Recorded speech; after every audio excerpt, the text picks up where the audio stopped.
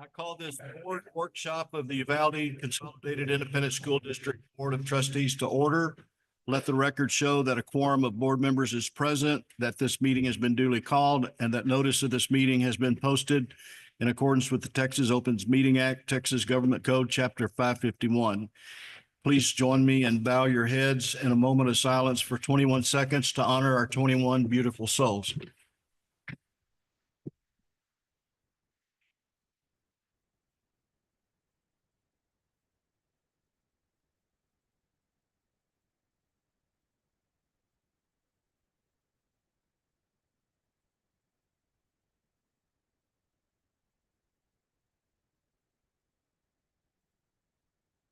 Thank you. Our invocation tonight will be led by Travis Johnson, Director of Youth Ministries at Uvalde Methodist Church. Thank you.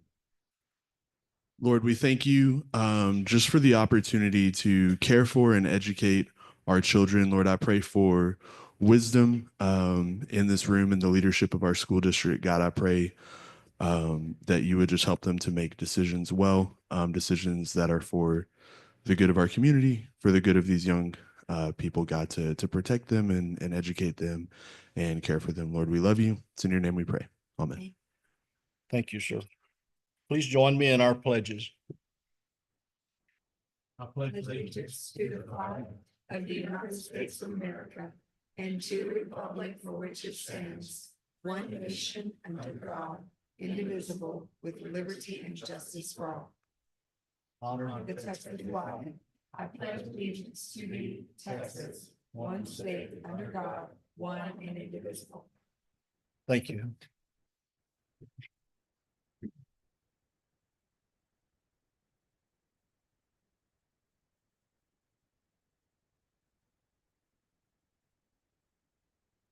Next, we'll go to our open forum, item 3.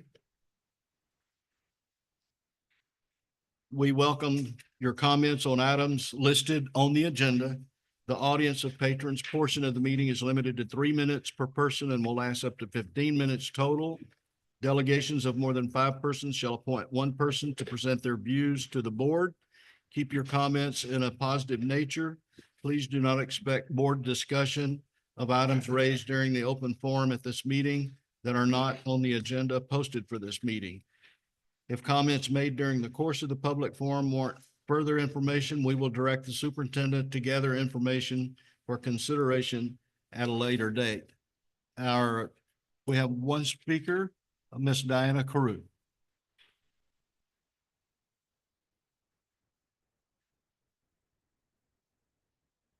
Good evening, Diana Olvedo Carew. I first want to preface my comments by saying that I don't want to take away the thunder of the extraordinary presentation that the board will hear tonight from the Budget Committee representatives. 64 people sitting together in a room, doing lots of work and learning so much about how school funding actually works and why the district is in the deficit that it's in and why they needed help. The primary item for me, even going in, and I sat through the meetings hoping there would be information that would change my mind about how I feel about this particular item, is the Slate Creek property. That property was purchased by the school district under the leadership of Interim Superintendent Patterson.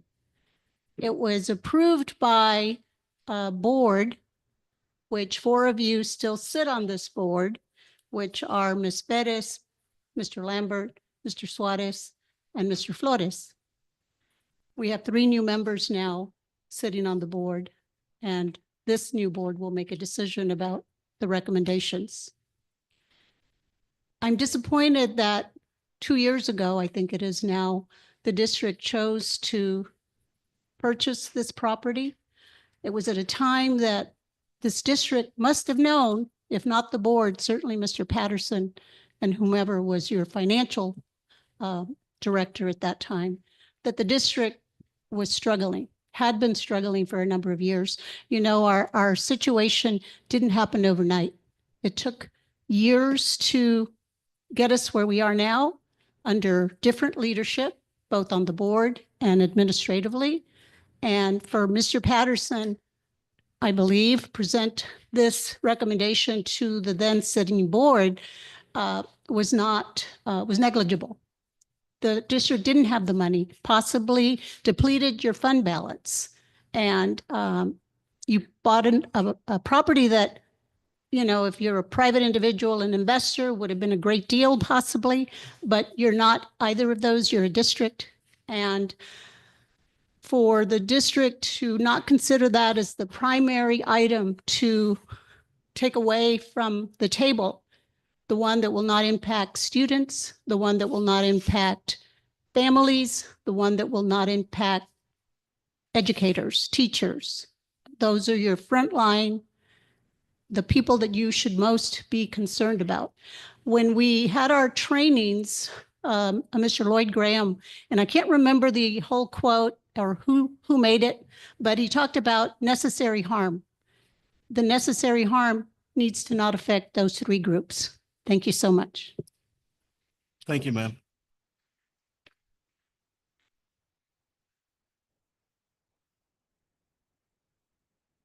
Item number 4, consider and discuss Community Budget Committee recommendation. Superintendent Collis. Thank you, President Lambert. Over the course of the last few months, we have been talking as a board and as administrators in the school district about how to best go about making the budget cuts that were necessary for next year's budget and for this year's budget as well, to make sure that we're being financially responsible and good stewards of the taxpayer dollars. And what we decided as a board to do was to create a charter to pull together a community budget committee. And y'all did that back in December, whenever y'all formally approved the charter. And so administration pulled together a total of about 64 people who met over January and February to come up with options for y'all to discuss and consider and give administration marching orders on as we start to prepare the budget for next year that you will adopt in August.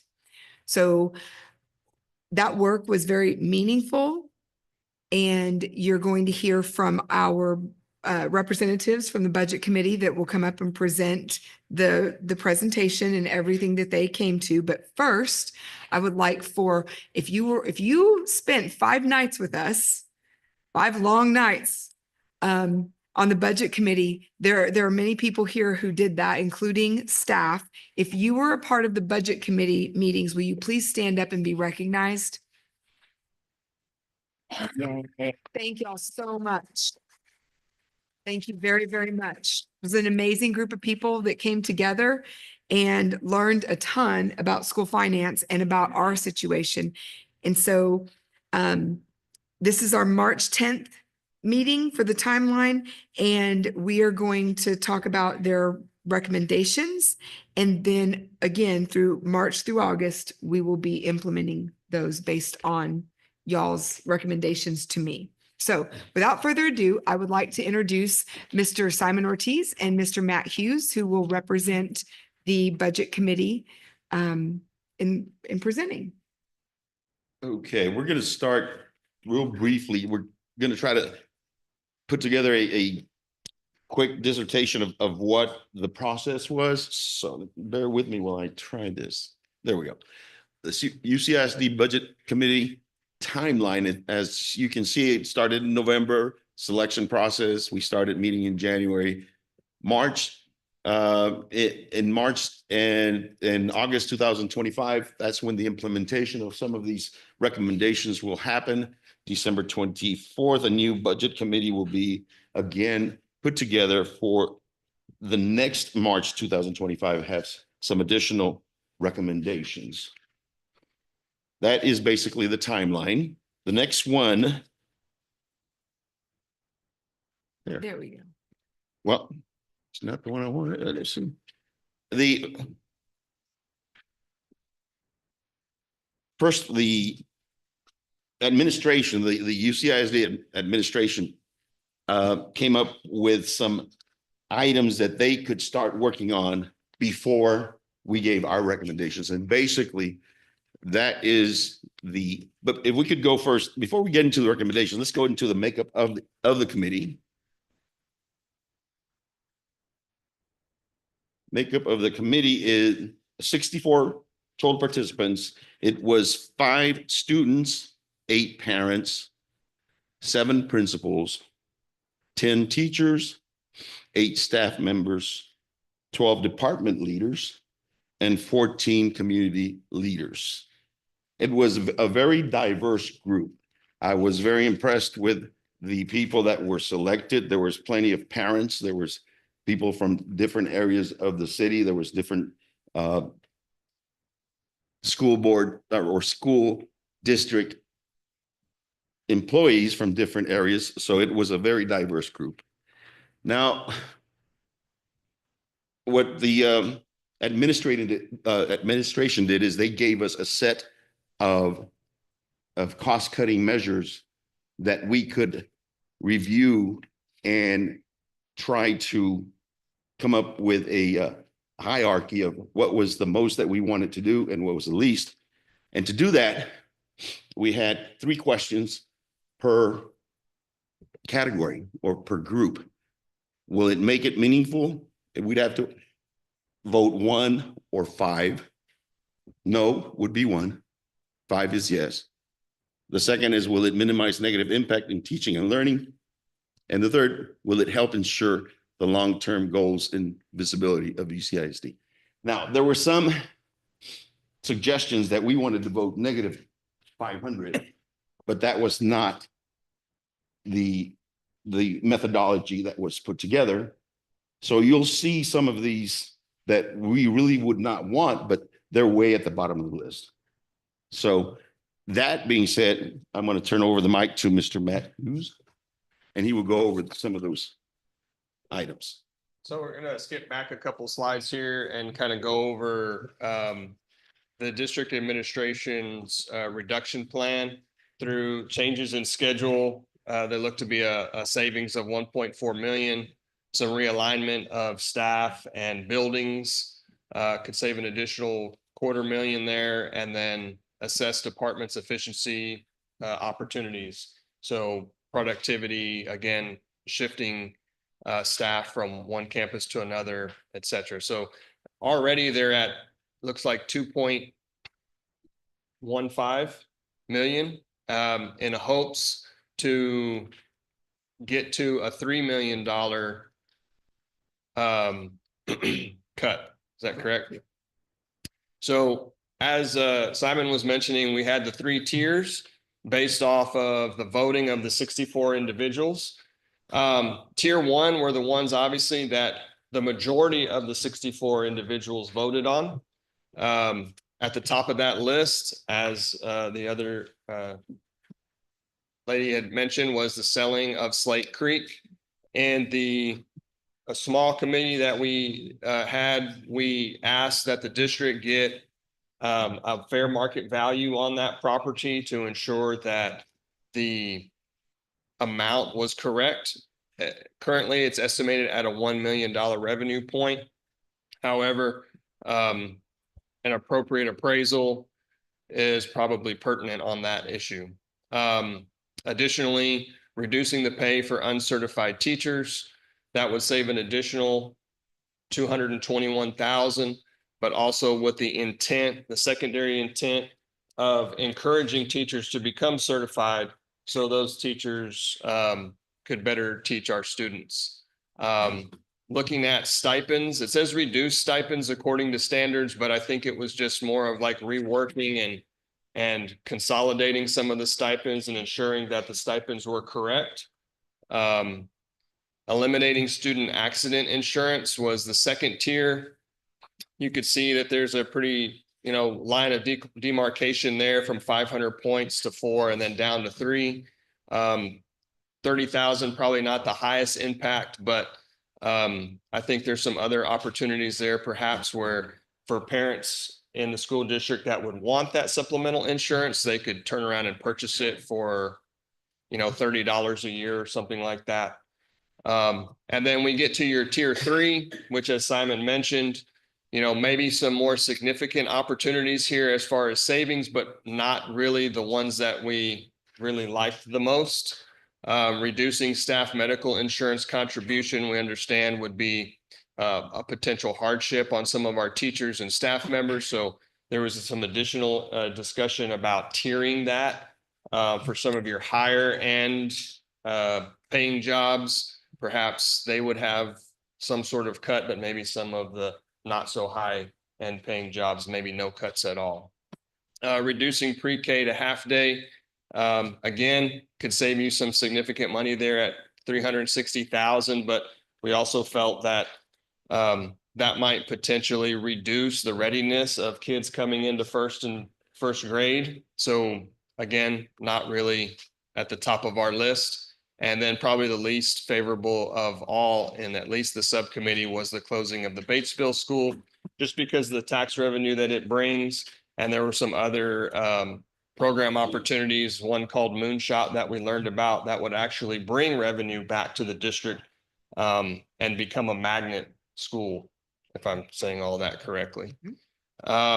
So if you look at the 24-25 local budget current, 41.8 million. School district looks like it's projecting a $39 million for next year. So that's already your $2 million loss, more or less. Additional projected deficits, trying to get to 3.3. And with the 2.1 that they already have, we're looking for 1.24. And I think if you did the math, even if you didn't go to our tier 3, you could probably get there without having to make tremendous impact. And then back to Simon. Yes. And looking at the 7 or 9 categories that they gave us, we also thought outside the box, or tried to think outside the box, and came up with some additional committee recommendations. Reconsider technology plan, 1-to-1 to iPads. That was already on there, but we did not, that was one of the ones that would really affect directly the level of education to our students. So there should be a reconsider the one-on-one to some type of plan where the high school gets one-on-one and the kids below might get something other than one-on-one on their iPads and Chromebooks. Second is recommend tiered contribution for health insurance contribution reductions.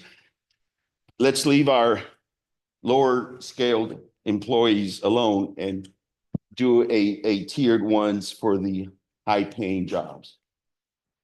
The third is recommend the district adopt a plan to locally certify quality teachers. That would be very interesting because that certification is going to be only good for Uvalde. So we are going to recruit and certify and pay them certified teacher pay, but they can't use that certification at La Pryor, Crystal City, but they will be able to teach as certified teachers here. It will help in the recruiting of teachers by having a local program to certify locally.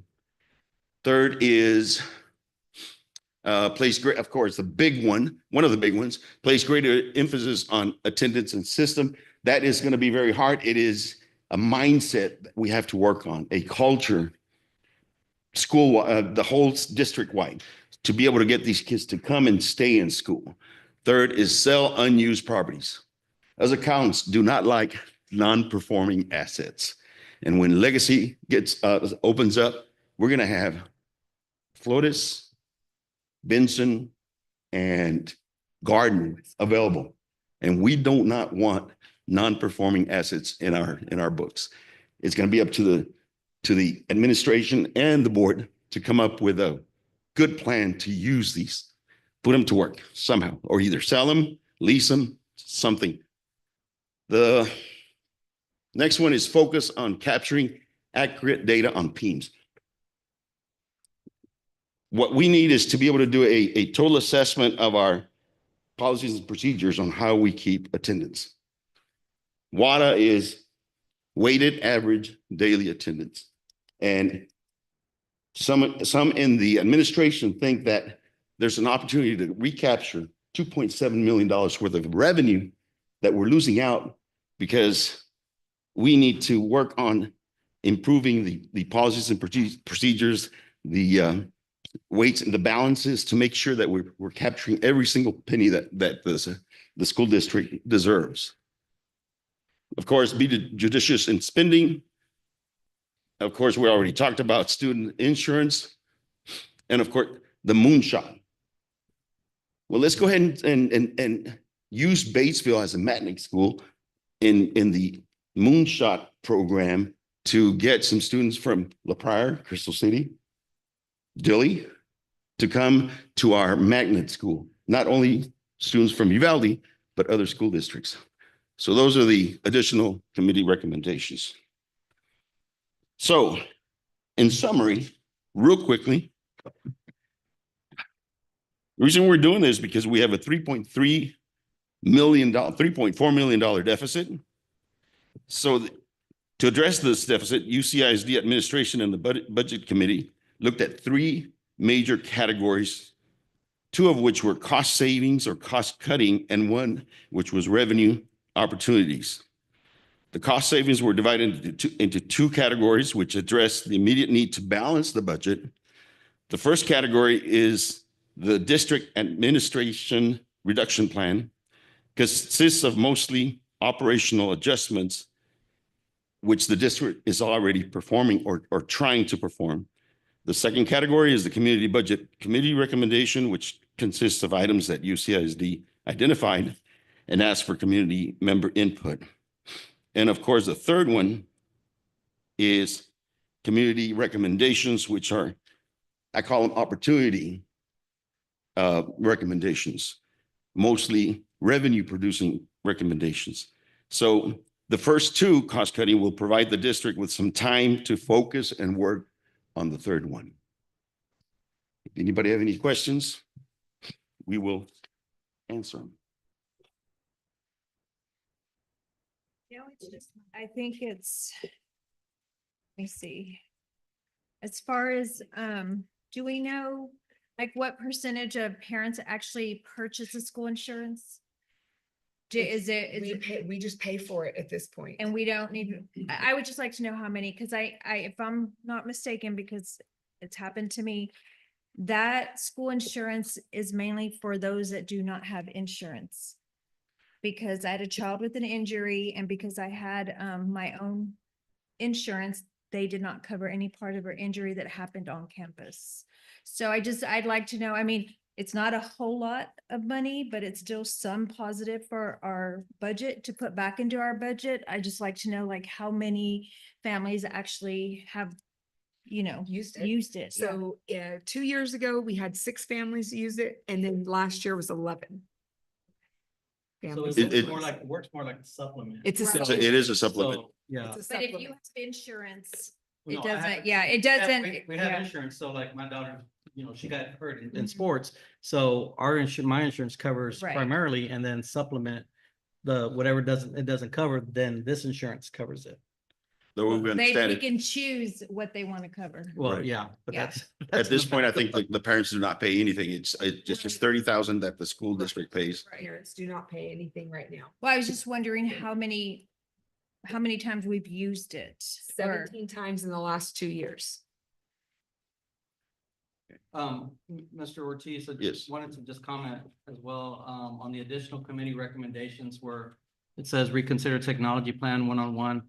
So I know the discussion was from 7th grade all the way through high school was going to be the one-on-one iPads, and everybody else below was going to be a classroom set. Right, a So that classroom was, set. that was a discussion that was had in the Right. committee. And one of the, one of our members in our table is the gentleman that does your technology. And he suggested that for each school, you have a set of testing extras. That when that whole classroom has to test, you'll have enough so that everybody will have one to use during the test. Mhm. That was the only additional And recommendation. we would run a committee of students and teachers to sort of figure out what do they feel like they want, need. and such before we made any changes, we would need to talk to the people who are actually implementing. And so we would pull some focus groups together to find out what their recommendations were. about So that. And looking at all of it, the way it was, and the committee, speaking for the committee, not myself, it seemed like the number one is let's slate, come up with a incentive recruitment program and use that money to do the study to make sure that we're getting all our money from PEEMS. That was the big, because if administration is right and we're losing out on 2.7 million, that's more than half of the battle won. Can you speak about tier 3, the reduced staff medical insurance contribution? Again, it's there because we couldn't take it off. We had to vote one or none, whatever. So the only thing that if it is to happen, which we don't think, because if you look at tier 1, we're saying, let's do tier 1. Tier 1 is more than the 1.24 million that we need to make up for the difference of the 3.3 million.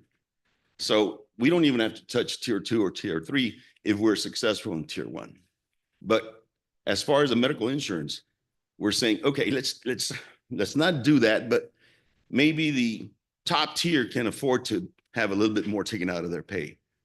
The bus drivers, the maintenance workers, I mean, it's not affordable for them to be able to do that. So let's do it on a sliding scale. That's the only recommendation. Other recommendation, tier 3 is there because we had to. If we could, we would just take it out. That's the 64. Everything received a minimum vote. Right. They had to have a minimum vote. And you'll notice. Everything received a positive number. Right. Yeah. Very often. Right, they had to vote. Yeah. The reduced pay for uncertified teachers, what is that? Right now, the state mandates something like 33,000, I believe, and we're paying them 42,000.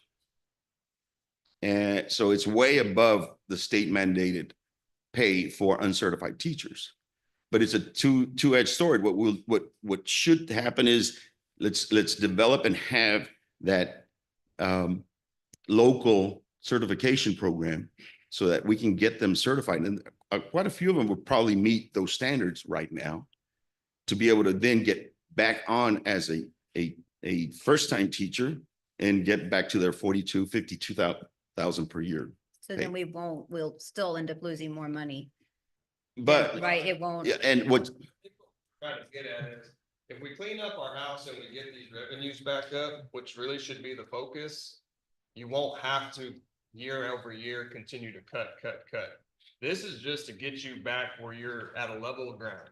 And then ideally, I mean, what we talked about in the subcommittee was you get your revenues right, you get your PEEMS right, you create this magnet school and do everything right, get your revenue back up. Even if you had to make the very difficult choice of reducing medical insurance contributions, maybe next year you give it right back. Maybe next year, some of these things like reducing pay, stipends, et cetera, all comes back. you know, some of those stipends, for example, they're getting days and monies. Those need to be looked at. Plus Extra extra days. Days, exactly. So we would work there. Can you tell me your ideas for reducing? the That's stipends? double pay. Right. So and make sure that what we're paying them is just for what is being paid in the area and in the state. So go back to tier 3, the reduced staff medical insurance. You said the sliding scale, what would that impact if it was a It's- sliding scale? It is what we the would school have to- district and the board decide on. We just recommend that there be a sliding scale. So it wouldn't be 600,000. No, The sliding scale, right? no. Right. No. And That again, was their again, recommendation. these recommendations, if you do number 1 and number 2 on tier 1, you've met the 1.2 that you want from the budget committee. Because number 1, and a lot of us in the committee think that Slate Creek is worth more than just 1 million. or the amount that would be, the school district would get back on the equity. Because we think that it's at least $500,000 more than that. So I that's, think that's we just- equity. Is that what that is? Equity? That's what. That's equity, yes. I think we just- There has to be a good commercial valuation of that property to find out exactly what the value is. Right now, UCAT has it for 2 million, I believe. And, you know, And what about the sale of that property? Is it an auction or how do you sell a property for a? I think UCISD? some people have already approached the administration on that, on buying it. Yeah. Of Our course. attorneys would handle it. The school district would have to follow the rules and regulations the state would have for them to be able to sell it, whether it'd be at open bid or it'd be an auction. But still, I think she's already had people approach her to see if the school district is interested in selling that property. Right. Right. Right. We would have to do Mhm. an evaluation and get fair market value for it. Anything that we sell as a school district, we're obligated by law to make sure that we get fair market value for it. How many people is it going to impact? The stipends and the uncertified teachers? That is, It depends on how many, it depends, it will depend on what we have next year. And Is What- that incoming uncertified or is that gonna hurt our uncertified current teachers? so next month, we're gonna bring to y'all a District of Innovation update with some criteria for locally certifying teachers. So those teachers who meet the criteria to be locally certified by UCISD, it would not impact them. It would impact people that are probably just coming into the district or haven't met the standards yet. And it would drop that group to the state rate, the minimum state rate. Some districts pay them as subs. Some districts pay them the minimum state rate. We still, at 42,500, we still pay them more than most districts surrounding us do. So that's one spot where we could save some money. If- It's tough. I mean, it's tough. to Mm, make it it's on very 42. tough. Make it on 80, 100,000. It's hard, you know, It's 40 hard. and dropping them to 33. We also talked about the standard, what we want as a district. Most of us that are professionals have to have license, and so our biggest thing on multiple tables were we need to push this so that people know if you're coming to Uvalde, you need to. Sometimes there's roadblocks to do by having this program would help certain individuals, but when we have we talked about some, that just haven't done it, haven't gone through it. Well, how is that fair to the teachers that have and that are certified? My degree, I can't call myself a social worker if I'm not licensed. I have to be licensed. So we have to hold the same standard to our staff so that our students in turn are getting quality education. So we did also get several testimonies, I think I would call them, from a student and one other adult that talked about one of the best teachers they've ever had is not certified. So because a teacher is not certified, does not mean she's not exactly. But we can get them locally. But we can. But we can get them locally certify them certified. With the So standards. that would be one of the first ones to, but Right.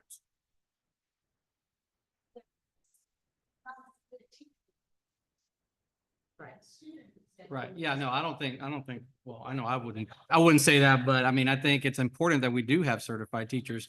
There are other districts that if you're not certified, they're not even gonna look at you. They're not gonna look at you. You need to be certified. It's just everywhere else, you know?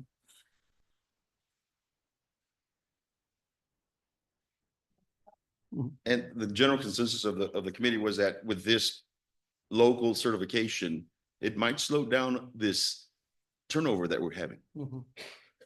It will have an effect on the turnover. I'm sorry, President Gonzalez, were you? Just one last comment. I know we have just a minute. What the committee has done in essence is give the board a sense of how the community feels about certain areas discussed. And the next step for you as a board would be to take this information and then charge the administration with coming up with a detailed plan for y'all to consider, whether it be the tiered or sliding scale for medical, the reworking of the stipends, the evaluation or the valuation of Slave Creek. And so you as a board decide what it is that you want to tackle, and then charge administration to give you those details. Obviously, we don't have those details that we're working from. But that would be the next step is, you get a sense of where the community's at. And then now it's up to the board to direct administration to provide you those details that you're asking for, and then proceed with whichever option is best to get your budgets back in balance and hopefully work on the revenue side so you don't have to go through this again. We appreciate the committee so much because that gives us a lot of information, a lot of insight, a lot of ideas, a lot of avenues that we can talk about and we can look at. We're in other times it's been like the board does what they want, and it's never really been like that. But just thank you guys, all of you who have put in your opinion, your thoughts, your efforts, your ideas. I mean, this is great stuff, really great stuff. Yeah, it was real nice to meet a lot of the community members and get to know them and kind of see what the temperament is around town and what people value. It was real nice to see that where we normally can't have this back and forth discussion. Thank you. Yeah, thank you. And I think you nailed it, the values is one thing, right? But then direction, something totally different. And so yeah, I appreciate you guys, everybody that was there, some really good information. And now So the district administration reduction plan, schedule, Benson campus moving, departments for efficiency opportunities, was that discussed in the committee or that wasn't discussed at all? No. Sense that it was explained to us from a financial aspect and how much money did the change in the schedule next year would say projected savings. It was explained to us in that way. It wasn't voted by us. Was there a reason why that wasn't considered in the vote? Because those are things in our control that we already know we need to do.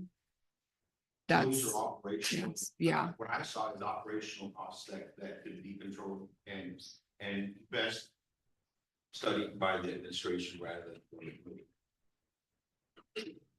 And some were already being Yeah, exactly. yeah, there were a lot of ideas, kind of, for example, the air conditioning, they're all add up to something, right? To turn the AC down, don't leave it or turn it off or something. And then they talked about uniforms, more accountability on uniforms instead of just purchasing all the time. Talked a lot about things like that, Please don't forget your non-performing assets. Yeah.